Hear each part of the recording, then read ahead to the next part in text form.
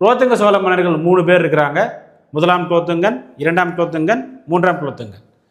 இவருடைய சிறப்பு பெயர் வந்து அடிக்கடி எக்ஸாமில் கேட்பாங்க. சுங்கம் தவித்த சோழன் யாருடைய சிறப்பு பெயர், யாருடைய நிக் நேம்? முதலாம் குலோத்துங்கனா, இரண்டாம் குலோத்துங்கனா, மூன்றாம் குலோத்துங்கனா, நான்காம் குலோத்துங்கனா அப்படிலாம் கேட்பாங்க.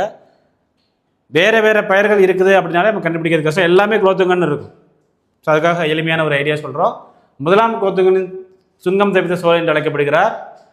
இரண்டாம் குலோத்துங்கன் கிருமி கண்ட சோழன் என்று அழைக்கப்படுகிறார். மூன்றாம் குலோத்துங்கன் சோழ பாண்டியன் என்று அழைக்கப்படுகிறார். சோழ பாண்டியன் என்று அழைக்கப்படுகிறார். ஸோ சுங்கம் தவித்த சோழன் அப்படிங்கிறது முதல் லெட்டர் எஸ் ஞாபகம் வச்சுக்கோங்க.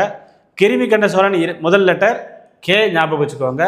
மூன்றாம் குலோத்துங்கன் இருக்கக்கூடிய சோழ பாண்டியன், அந்த சோழ பாண்டியனில் முதல் லெட்டர் சி ஞாபகம் வச்சுக்கோங்க. ஸோ 1 2 3 முதலாம் குலோத்துங்கன், இரண்டாம் குலோத்துங்கன், மூன்றாம் Kulothungan S K C, SKC ஞாபகம் வச்சுக்கோங்க. அது என்ன சார் எஸ்கேசி? பெரிய பெரிய ஹோட்டலில் வந்து பார்த்தீங்க அப்படின்னா எஸ்கேசி ஸ்வீட் காரம் காஃபி 50 ரூபான்னு சொல்லுவாங்க. ஒரு ஸ்வீட்டு, ஒரு காரம், ஒரு காஃபி, எஸ்கேசி 50 ரூபா. அந்த எஸ்கேசி ஞாபகம் வச்சுக்கோங்க. எஸ்ங்கிறது சுங்கம், கேங்கிறது கிருமி, சிங்கிறது சோழம், சோழ பாண்டியர்.